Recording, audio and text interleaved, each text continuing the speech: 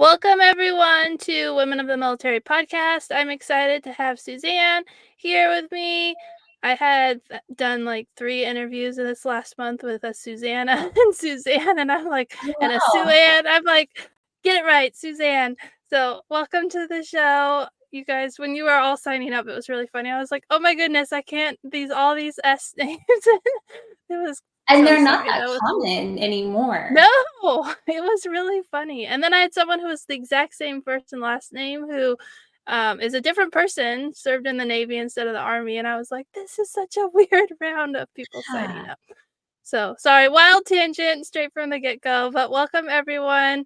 If you're watching, feel free to reach out in the comments, say hi, and, ask any questions. I won't answer them live, but I will come back and check them as the video comes out. So thanks so much for being here, and I'm so excited to hear about your story. Same, same. Thank you so much. I've followed all you're doing for a long time, and it's so important that we all share and come together. And it's something that I think I feel like we failed to do, especially when I was in service, to really connect. Yeah. Yeah, I think we forget how important it is because we're so busy, like, doing all the things, and then we get out and we start our lives and we forget, you know? So it makes a lot of sense. But let's start with your story of why did you decide to join the military? So I definitely didn't have a traditional route, so to speak. I was 26. Never thought that I would join the military ever. But I was working at a bank and I was head teller. I had maybe like 2 years of college under my belt at that time. I really had no idea what I wanted to do. And the owner of the bank, it was a small town bank, offered me my own branch. We're opening a new branch and I want you to run it. And I could not bring myself to take that role. I felt like I was committing myself to that job for the rest of my life. And I didn't like it. I felt like, where can I find a career where my job will have meaning every day? And I have 21 cousins and 11 of them were active duty. So I knew about the Air Force. And so I quit my job there and I went and worked part time at Sonic. And I went back to school and then I went to Air Force ROTC and commissioned when I was 28. But I just felt like I needed a job and a career where I felt like every single day I was working to make a difference in the world.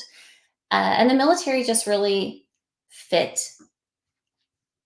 for me. So that's where that came about.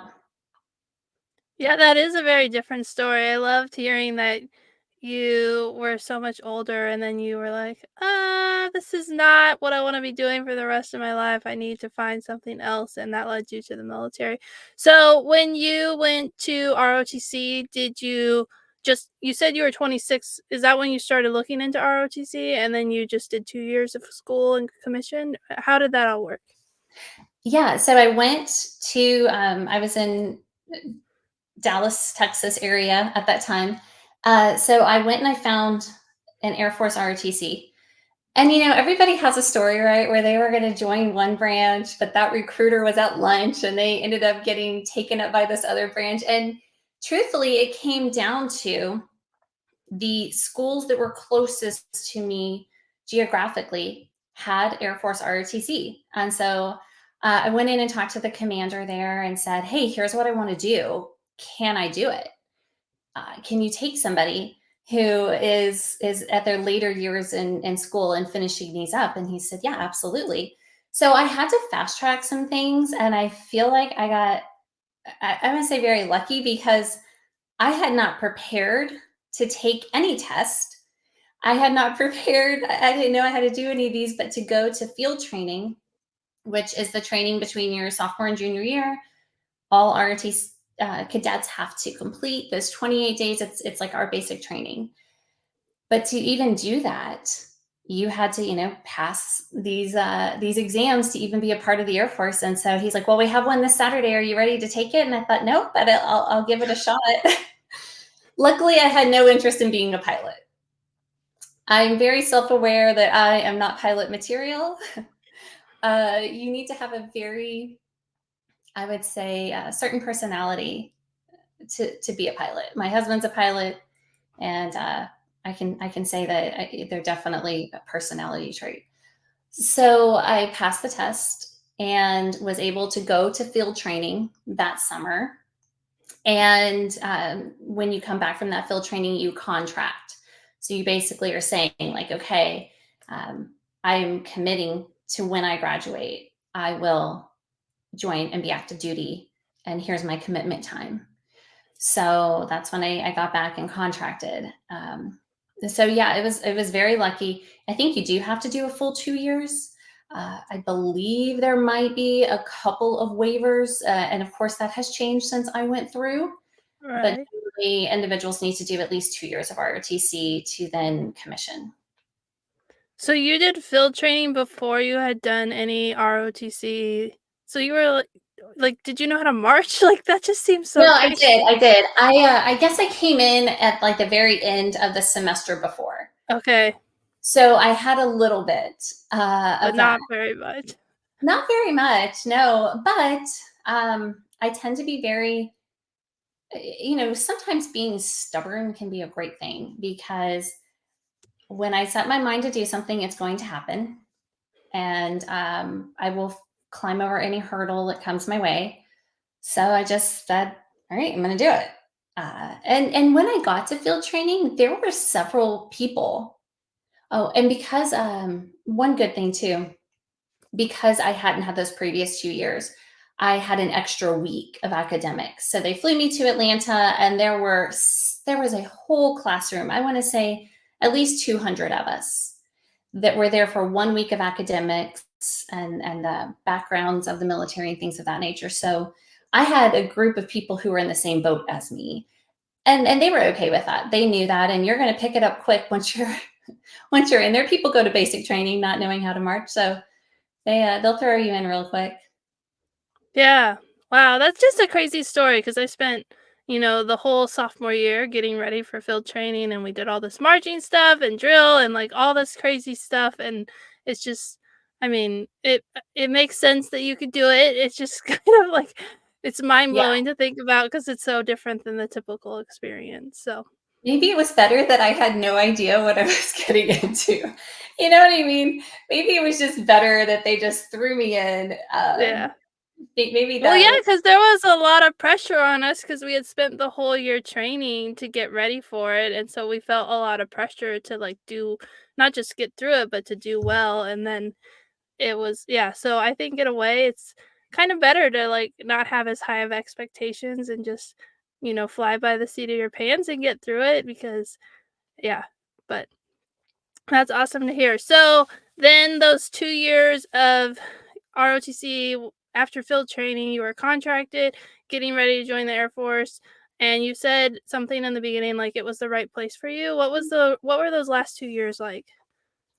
They were phenomenal. Again, it was not your traditional military member. So I had actually been married previously to somebody in the Army, and I was in the process of getting a divorce.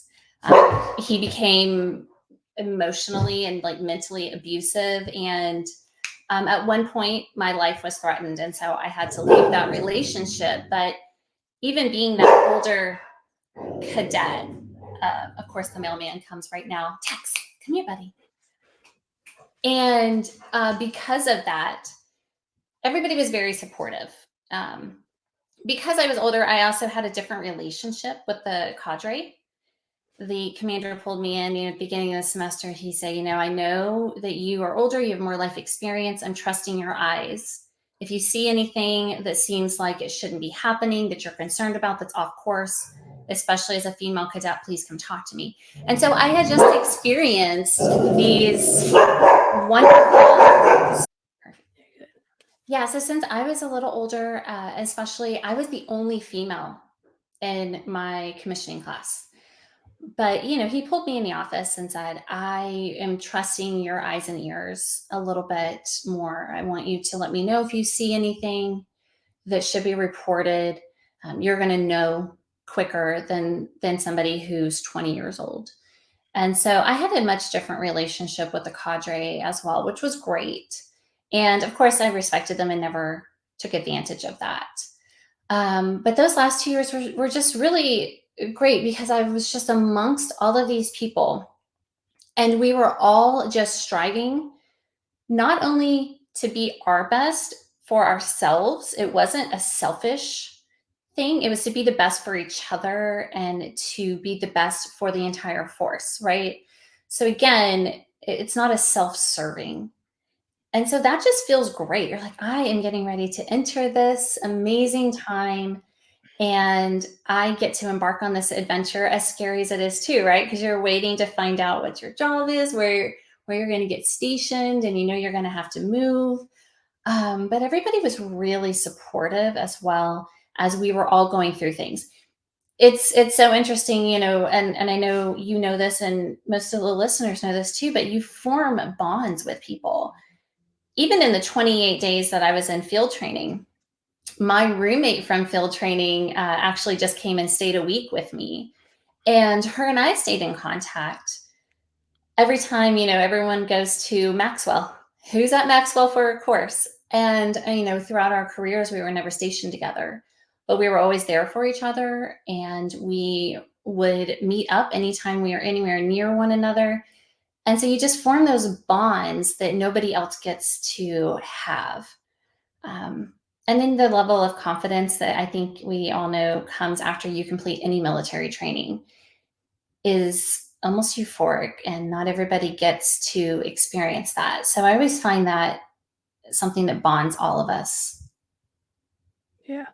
Yeah, I mean, my husband, he just promoted this past weekend to lieutenant colonel, and there was people in the audience who we knew at our first assignment, and we actually try and get together once or twice a year because a bunch of us live in the LA area, and it's kind of funny because we have this like really tight bond, and we've known each other for over 17 years now.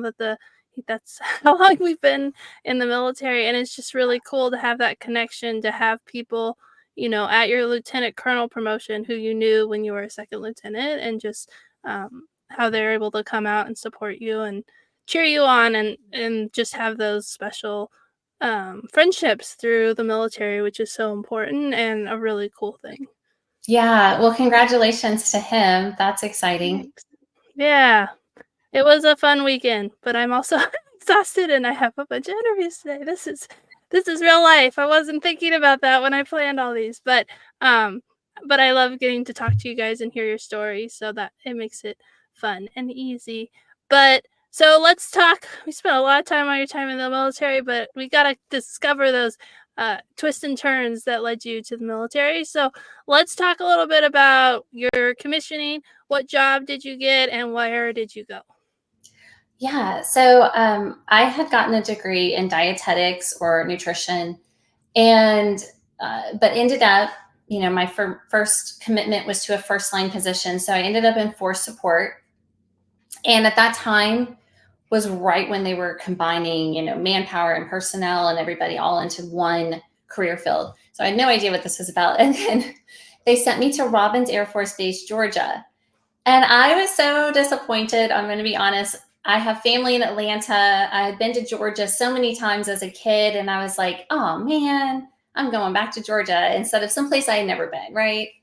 But, again, made friends that I will be friends with forever.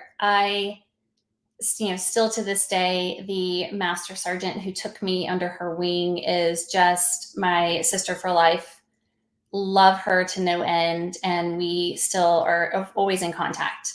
But that's the great thing about the military. Even when we get busy, if she were to call me tomorrow and be like, I need you, I'm like, hey, I'm there, let's go, what do you need, anytime. And then just lifelong friends that we were in each other's weddings, and so I ended up getting married while I was there in Georgia, and meeting my husband, who is Army. And that's something that's interesting that we can touch on is being a woman in the military, especially being an officer on a base that doesn't have a lot to offer outside the base. You know what I mean? When I was stationed in Colorado Springs, people just dispersed on the weekends because there were so many places to travel and visit and so many things to do, where if you're in middle Georgia, there's just not as much to do. So you make these really close relationships, but there's only so many women the male officers can date. And I describe it as almost being like the only deer in the forest during hunting season. And because of my age, I had like colonels calling my office asking me out, and I'm going, no, sir, but thank you. This is so awkward. And I'm thinking, are you even allowed to date? This is so weird. And so my friend at the time, we met on base. She was in logistics, and we ended up being roommates. We got a house on base. They had just opened up some older units in base housing, and we thought this was great. We can live on base. we had dogs. We called them our wolf pack, and we had a fenced yard. It was amazing. Like, what safer place for two single females to live than on base? But we both decided to go on Match.com and kind of use that as a filter. I'm not a bar person. I'm not a nightlife person. So I'm like, where am I going to meet somebody that I can date and it's not awkward? And I've always mentored other females that your reputation is vital. And still to this day, I recently read the book Lessons in Chemistry. If you haven't read it, it was great. But still to this day in 2023, the one thing a man can do to diminish any woman is put her reputation into question. And, you don't, as a woman, I'm sitting there one day and I hear these guys joking around, and he said, yeah, on my last deployment, I just randomly picked some girl and told everyone she was pregnant. And I'm thinking, this poor girl did nothing. And you've just admitted that you spread this rumor about her. And so again, I'm like, I am not dating anybody on this base. This is uncomfortable. So super long story that was not short. I met my husband on Match.com. He's in the Army, and he was stationed about 2 hours away from me in Savannah, Georgia. So Yeah. Yeah, I was married when I commissioned, and so I didn't have to deal with I didn't have to deal with any of that because I was married, so I was off limits, and I feel really lucky because I hear stories like that, and I'm like, I don't yeah, I just can't imagine some of the things that women go through, especially I mean, I interviewed someone when I first started doing interviews, and she was overseas in Iraq and would get emails because people would read her name tape, at the DFAC and then send her an email about doing inappropriate things, and it's so God, horrible, and it's just yeah, and I didn't experience any of that, and I think part of that was being an officer, but the other part being married, yeah, because especially at the base, like you said, there's only so many women, and yeah, especially in a small town, because I was at a small base too. I liked when you were talking about how you built those really strong friendships because when we were in New Mexico, we were in a really small town and there was nothing to do. So we went to each other's houses, we hosted movie nights, we spent a lot of time together. Here in LA, we try and get together, but everyone has so much stuff going on and they just disperse. And it's also harder now that we're older and we have kids and families, and so it makes it a little bit more difficult. But it is really nice, I think, as a lieutenant to be in a really small base. It's kind of like, oh, I don't really want to go there. But then you make these really great friendships because there's nothing to do except hang out with all the other lieutenants. So, true story. And that was great because again, we made those friends, and yeah, we did barbecues, we did trivia night at the local Wingstop restaurant type. It was an off the wall place, but yeah, Warner Robins has grown. It's just there's not a lot to do in Middle Georgia, and those friendships are forever. We Yeah. all have our little group, and I still see those memories pop up, and I still keep track of people. And then one of my favorite commanders from my active duty time, she just messaged me. She's like, "I'm going to Robins. Tell me where to live and like where to put my kids in school." So I had to, connect her to a few people. So because I mean, it's been 10 years since I lived there. I don't know where to live anymore. I lived on base.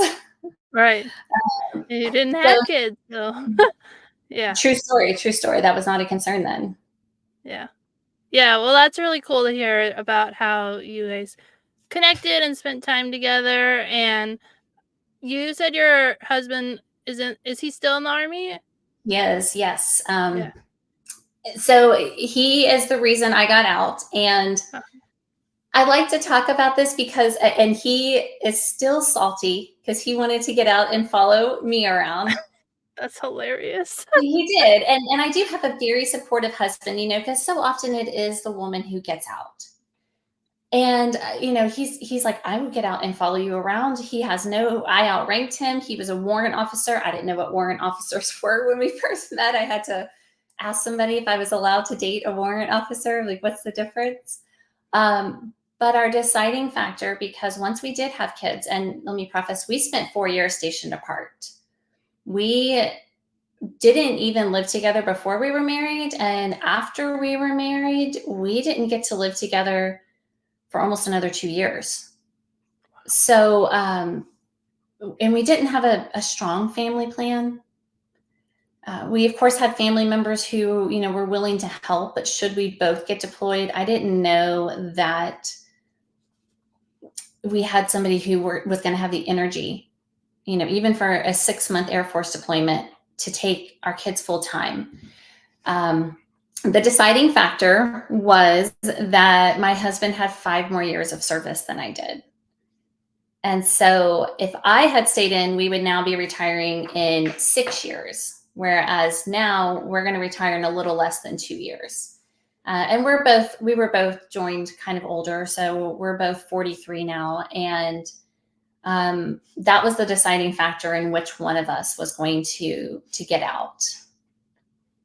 I like that it wasn't gender-based and that it was, like, looking at what's the best for each of us, and the time factor is a huge thing, especially because you were a little bit older when you joined, and so, a lot of people are retiring from the military at 42, 43, and you still have a few more years to go, and if you had the 6 years, you'd have even, longer, and so that makes a lot of sense, and I think it's really cool to hear about how you guys looked at both options, and it wasn't just assumed the woman gets out of the military, and Yeah, so, yeah. 1,000%. And that time difference also, looking at it, wasn't even, yes, it was absolutely about our age and when we were kind of like wanting to retire from the military, but it was when our children, what were their ages going to be? So, me staying in another, 6 or 7 years at this age was going to put my kids, hey, we're going to have to move for your high school years. And we thought, man, we're going to be done moving before they start middle school. And they're not going to have to switch schools. And we were both, had the opportunity. I graduated with people I went to kindergarten with. So, there's just all those factors that you really have to look at. And I always feel the need and maybe the want to explain that to people. So they understand a little bit more about that. And sometimes he's still like, man, we could be living the Air Force life. But it's all working out well at this point too. Yeah, that makes sense. That's a big determining factor. We just moved to LA, and when we were picking this assignment, we were looking at where we wanted to stay, which I know we're crazy that we want to live in LA, but that's what makes us happy, and we're very happy here. But we're 3 years away from retiring, and we can stay in the LA area. Our kids don't have to move, and that was a big driving factor because at 20 years, you can get out of the military, have the retirement, and our family really needed the stability of not moving anymore because as the kids got older, it got harder and harder. And so that really resonates with me because my It's kids are in exhausting. Yeah, my kids are in 5th grade and 2nd grade, and we've Yeah. been here over a year, so this is their 2nd year at the school, and they're like, "Are we're gonna go to the same middle school with these people that we're going to school with now?" And I'm like, "Yes, and high school," and they just can't quite understand it because that hasn't been their life. It's been move, move, move, and so I think that really resonates in getting Yeah, out. Yeah. it does. It's interesting because I always tell people you get to decide what landscape you like when you move around as much as we did. And I'll tell you, until 4 years ago, I am a diehard, obnoxious Texan. I love my state.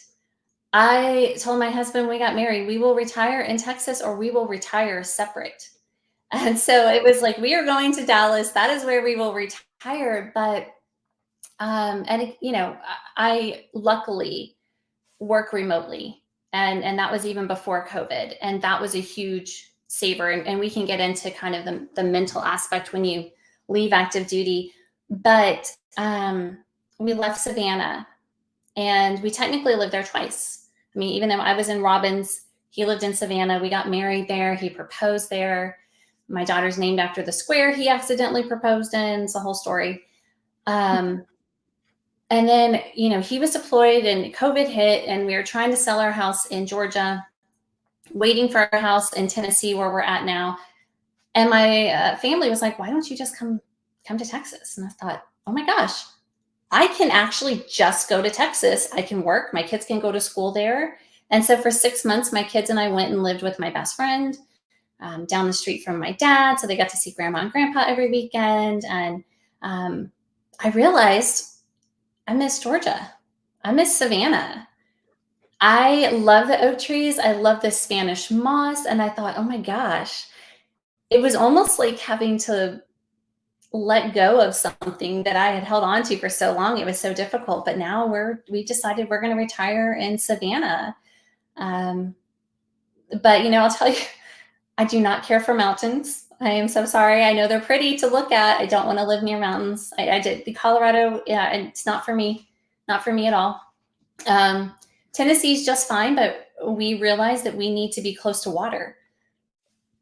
And being in Colorado for a short time, it was like, what is bothering me so much? Like, there's no water. I need a water source. I'm used to being near water. Um, and so you get to choose your landscape and really decide what makes sense for you, and where you want to live. And some people don't understand why you want to live there or why you want to live here. I'm like, hey, this is it, man. This is where it's supposed to be. Yeah, I mean, I never when we moved to LA, we were like, "Why are we" the first time that we lived here, I was like, "We're not gonna enjoy it, we're not gonna like it," and then it was our favorite assignment, and so then we moved to Virginia thinking we would love it, and we didn't like it at all, and so when it was time to decide where we were gonna go, we were like, "We really enjoyed LA, why don't we just go back there?" And so we're very happy. It's crazy a year later, I'm, like, so happy, and I'm so glad we moved here. And Savannah is such a cool city. We've gotten to travel there mainly when we would drive from Virginia down to Disney World, we'd stop in Savannah, and it's just such a cool city to walk around in, so much history and, the river and the ocean, it's all right there, so I could see that being a very desirable place. Yeah, and we lived on the marsh, right? And so we could even our little neighborhood. Everybody had golf carts, so we could take our golf carts around the corner and go catch blue crab. And I love those little things that you can do that don't cost any money, and you don't have to if we're in Dallas, I'm thinking, oh my gosh, on the weekends, I don't want to go to Six Flags. It's too crowded. So I'm like, I love all these like low country things that you can do that are just so simple. And Right. I love being outside in nature. Although, if you're going to live in Savannah, you have to commit to gnats and the humidity. That's just it. I think Frizzies should be the national sponsor of the Southeast. That's good to hear, though, because we're in that. We thought we were going to love Tennessee, and it's not for us. I Yeah. don't ever want to see snow again in my entire life. Every year when it snows, I tell my kids, enjoy it now. ever want to see a snowflake fall again. That's funny. So let's talk a little bit more about your transition out of the military, because you mentioned you work remotely, and but then you also said something about the mental shift of like being on active Yeah. duty, and then you became a military spouse, and your life changed probably in ways you didn't expect. At least that was the way it was for me. It really did. And it was a really hard time on my marriage. My husband was used to his strong, independent, kick butt wife. And I also was not even a year postpartum. So I feel like I had some postpartum depression and mixed with a depression that I wasn't expecting. Nobody told me that transitioning was going to be hard. But then adding military spouse to my name was shocking to me, the difference in treatment. So, for example, during a TAP session, there was a career fair on the installation. I'm in uniform talking to these people, and everyone's like, we love to hire veterans. And I mean, I'm sure some people do, but honestly, I think people just say that because they want to say it. Like nobody's going to tell you they hate puppies, right? They just feel like it's something that they're supposed to say. And so I'm standing there and I'm talking to all these people at this transition fair, and all of these men are kind of, asking me questions. They're like, oh, you have young children. Oh, your husband's active duty. Is he going to stay active duty? Yeah. Okay. So you guys are going to move. And then it would just, the conversation would flip so quickly like, well, why are you working? Why don't you just stay home and raise your kids? And I thought, I'm sorry. Is that your decision to make? Like, I've worked since I was, 15. I had always stood on my own 2 feet. And it was just such a kind of gut punch. And then I really became discouraged and thought, okay, well, how am I supposed to work with children? And I let them influence me, and that's just the cold hard truth, that I absolutely let them influence me. And so we moved to Savannah. And well, let me back up. I decided to go reserves. And at the academy, I was able to go on to man days. And so I was reservist, but I was working on active duty orders. And then my husband got orders to move. And I was like, well, there go my orders. And there were no Air Force bases near Hunter Army Airfield unless I wanted to try to, commute and live in Robins and go back and forth, should I be able to get on man days there. And so that's when I was like, well, this is tough. So, I got out, and we're in the Savannah area, and I've got these 2 little kids, and I had all this experience, and I had my degree, and I thought, okay, and I didn't really want to work in nutrition.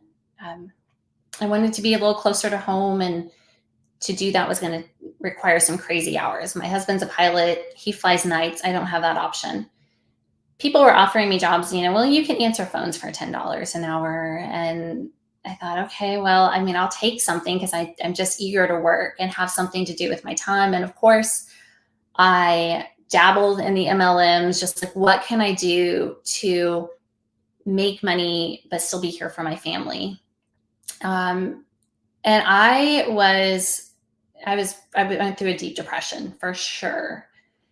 And just like, what do I do now? So then I poured myself into working out, right, and running races, and working as much as I could. But I was working just to pay for childcare, so that was frustrating for us to be on one income. And nowadays it really takes 2 incomes for the most part. And I felt like I lost my identity. I didn't know who I was anymore. I didn't know how to behave. The first time I had to dress myself for work, I about had a nervous breakdown. I'm not much of a girly girl. I don't like dresses and high heels. That's another reason I love the military, right? Like, do not want to do that. So that was really tough. And I found out about the company I'm with now, and they had a scholarship for business development. I had no idea what business development was. But it turns out my stubborn, pain in the butt personality was perfect for business development. It's driving the revenue to the company. So basically business to business sales. But even when I transitioned into that, I was still searching for a title. And it wasn't like I ever ran around like I'm major so and so, and that was never me. I took being a leader as taking care of people, and that was that. But when you do have a rank and a position, you walk into a room and already people understand how much you know, how much you can contribute, and they listen to you. So here I am walking into these civilian sectors, and people don't care. And I'm like, you guys are doing this wrong. In my head, I'm like, you guys are doing this wrong. Like, why is nobody listening to me? This is not the way this should be run. But it wasn't my place. And that was really hard for me to accept.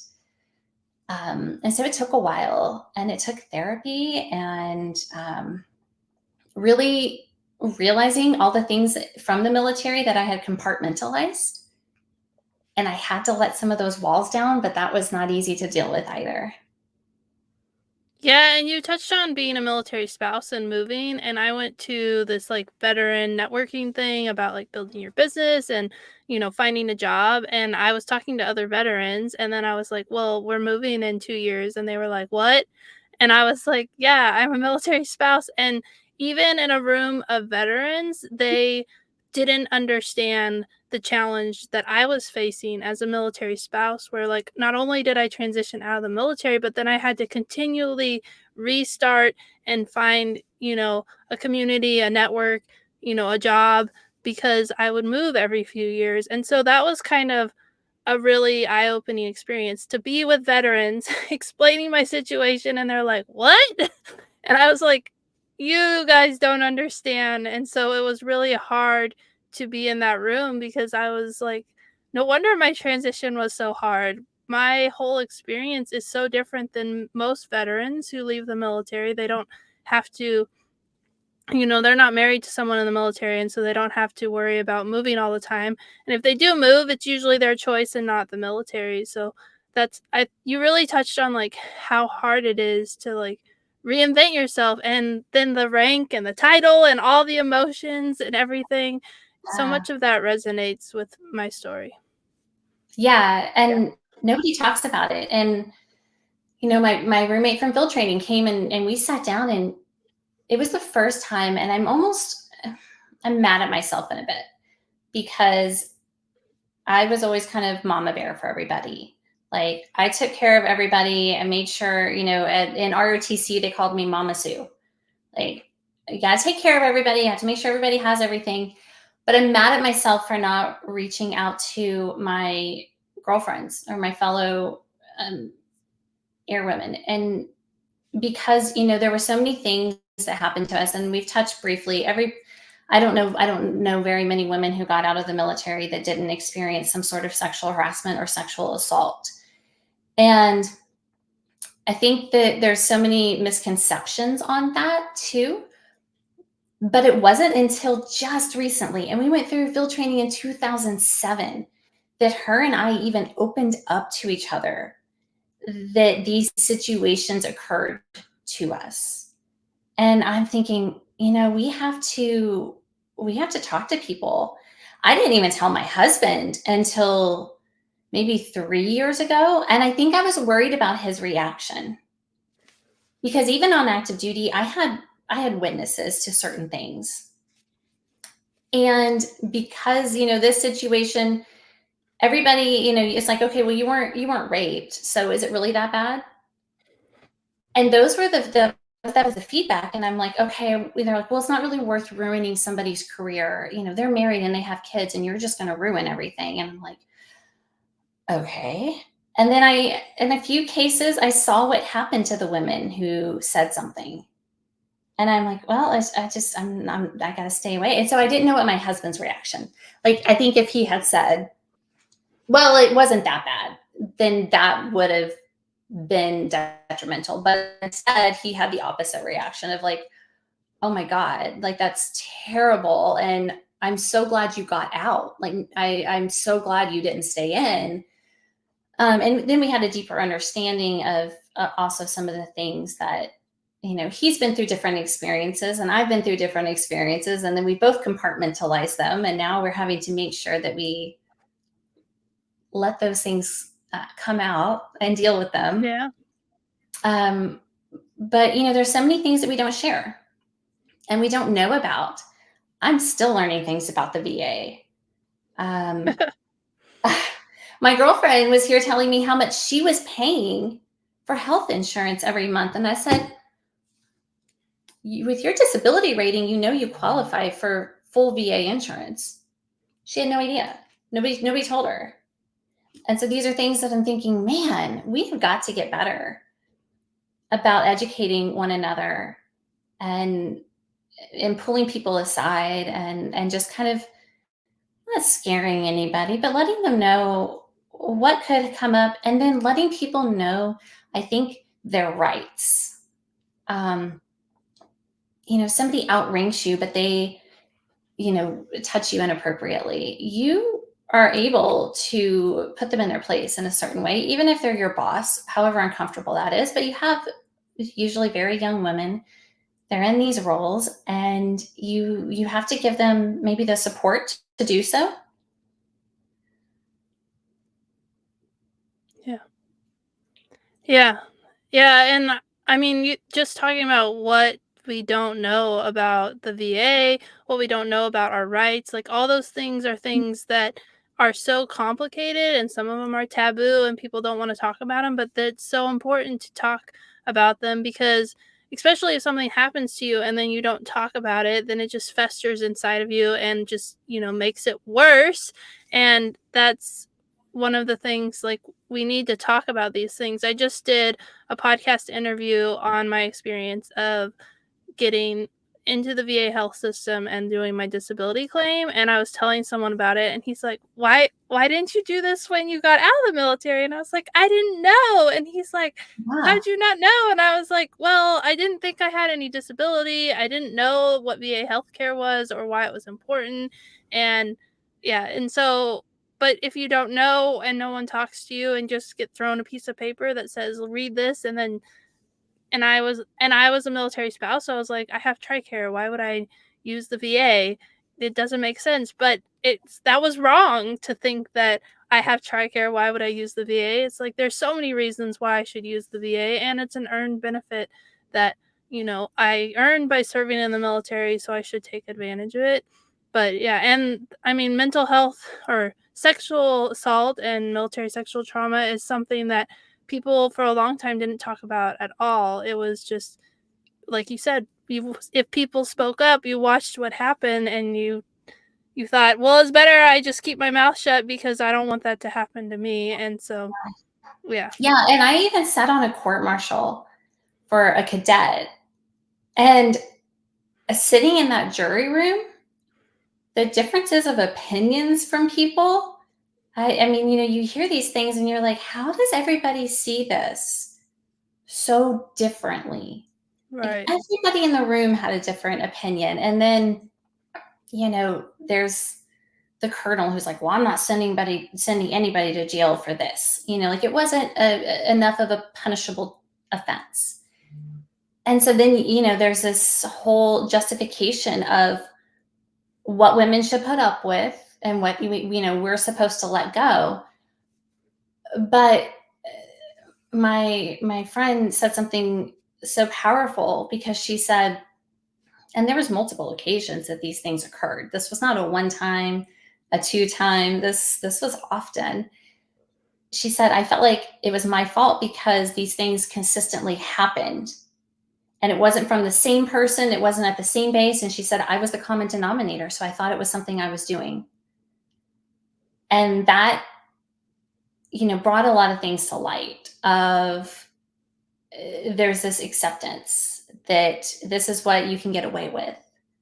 But then who determines if it was bad enough for any disciplinary action? And Yeah. that's the scary part, is it's subjective of what's going to happen. And then are you going to be labeled?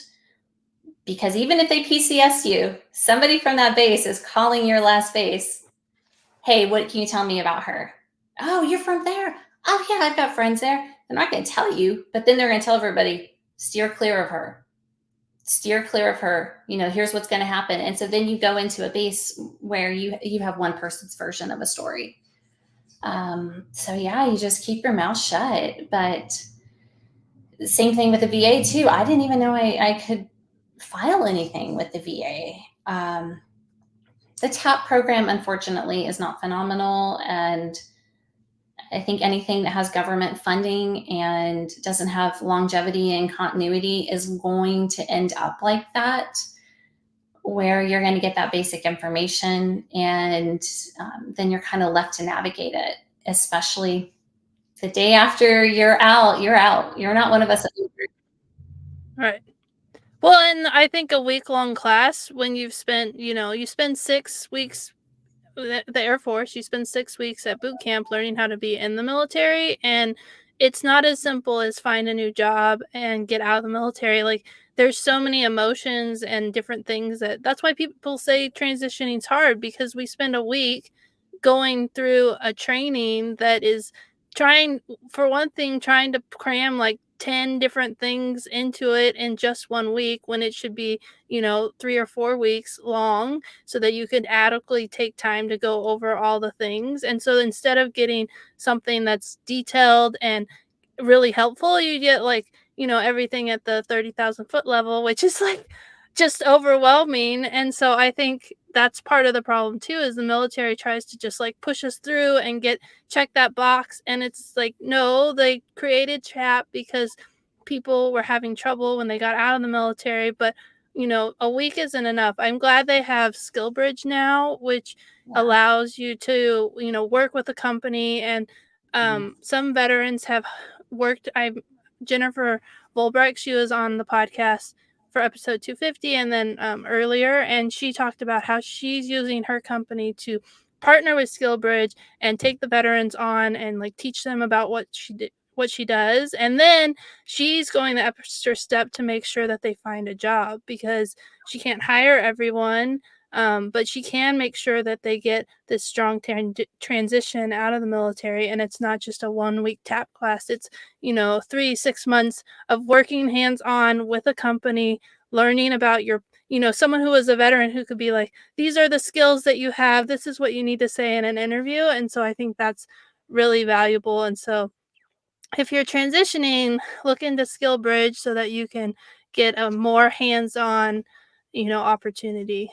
And hopefully, because a lot of times it is commander Yes. decision. But those are really important, because I mean, I I got this job with Instant Teams, and I'm so thankful to the founders who gave me a chance. But there's terms that would get thrown around. I'm like Googling them. Like, what does this mean? I have no clue. Like, I knew what a CEO was, but then I'm like, what's the difference between a revenue officer and a financial officer? Like, aren't they one? Isn't No, they're completely separate. And okay, so what is the difference between a CEO and a COO? And then you've got the VPs over here, and then you've got all of these different functions.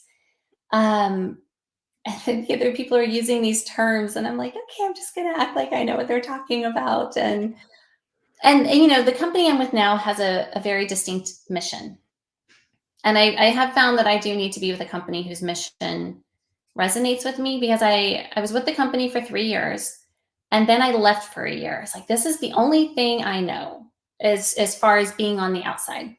I say being on the outside, like it's being out of prison or something, but this is the only thing I know, as far as my career goes. And so I was like, I need to go broaden my horizons.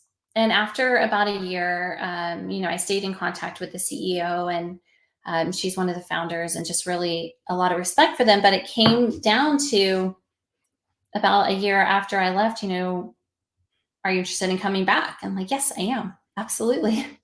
And it feels right to be there. And so I think that's important too, is you're a part of this mission for so long, and then you get out, and you can't go sell cell phones unless you were like hands down passionate about mobile devices. You know what I mean? So it has to be something that you feel like you can put as much energy into, or that's for me. Should you decide, you have to know what you're going to want, but some people don't. And so every time I find out, one of our friends is transitioning, I'm like, okay, let's hop on some phone calls and letting them know, hey, nobody told me I was going to feel this way. Even if it's your choice to get out and it makes sense at the time, nobody told me I was going to feel this way. And I wish somebody had, so I would know why I was feeling that way.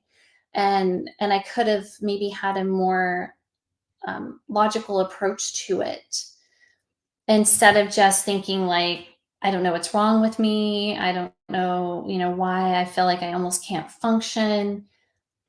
Um, all I wanted to do was sit at home with my kids and not do anything. And so it took a while to find myself again, and so many resources that I'm like, okay, here's, you're getting out in a year. Okay, here's where I want you to go. I want you to go schedule calls on Veterati.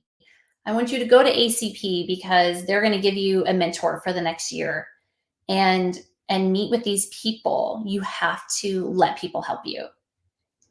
Yeah, And I meet so many people who are like, well, I don't know. I don't want to ask anybody for help. And I'm like, you're not asking anybody for help. They're offering it. So right. go and let them help you.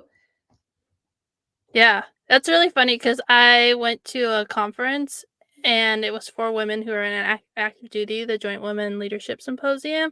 And as a veteran, I was like, I have all this knowledge to share to you. And they kept going to all the active duty people and asking them questions and talking to them. And I was like, you guys don't understand like what you're missing. I'm not saying I'm amazing. I'm just saying I have all this information, but because they were like so focused on the mission, they weren't thinking about transition. They thought they got transition in the bag. I'm in the military. I can do this. And they didn't have the same kind of response towards me. And so it was really interesting to watch that happen and realize like there's this big disconnect between like people on active duty and then veterans. And I Yeah. would say, like, veterans are, like, more than 5 years out because it takes, like, 3 to 5 years to find yourself after leaving the military and finding all those resources and getting that knowledge, and so I think yeah, your story really resonates with mine, and I hope it's resonating with our audience, and we're about to run out of time, but I wanna ask my last question, which is, what advice would you give to young women who are considering military service? I would tell them to look for your first degree, second degree, third degree connections, because you know somebody who knows one of us. You know somebody who knows somebody who has been in the military. And when you go talk to a recruiter or you go to ROTC, I would say reach out to us. Reach out to me. Go find me on LinkedIn. We are more than happy to let you know the options that are available to you that a recruiter might not. And recruiters are there, they have quotas to meet. They do. They're supposed to get 2 people a month. An officer counts for two. But they also have career fields that have to be filled. And it all has to do with the governmental budget. So utilize people that you, one, can know what your options are going into the military, know what resources you can ask for and what resources to tap into as soon as you start, your job. And then keep us along for the ride. We all want to help. We all want to make it. I think that surprised me. I don't think I expected the veteran community to be so arms wide open. Absolutely, we're here to help you. I was in shock, but we're all here to help. And please, please, please utilize and listen to more than one person. You might find somebody who's a little salty. So take that with a grain of salt. But definitely, please don't be afraid to approach anybody, because anybody who has struggled and gone through something wants to help people to not have as hard of a time. Yeah. Yeah, and that's why I created the Women of the Military Mentorship Program so that young women who are looking to join the military have someone to talk to, and when there's not people on my list, sometimes I reach out to people on LinkedIn, and I've had people say, "Well, they're not on your official list." I'm like, "It doesn't matter. They're a veteran. They'll help you." Like, I reached Yeah, out to them and they said they would help. And so you're right, the veteran community, their arms are wide open to help. And we want to make sure you have the best experience. And there's so much about the military that everyone joining can't know. And so reach out to veterans and hear their stories and get their advice so that you can find the best fit for you and get as much information as you can. yeah, add me to your list. Okay. Do we I'll, want more people? I can send out some emails. We need more people. yeah, so I'll send you the link after the interview and I'll put it in the comments so that people can find it. Thank you so much for being brave and sharing your story and just for all the ways that your story resonated with me. Hopefully, it resonated with everybody else as well. Thank you so much.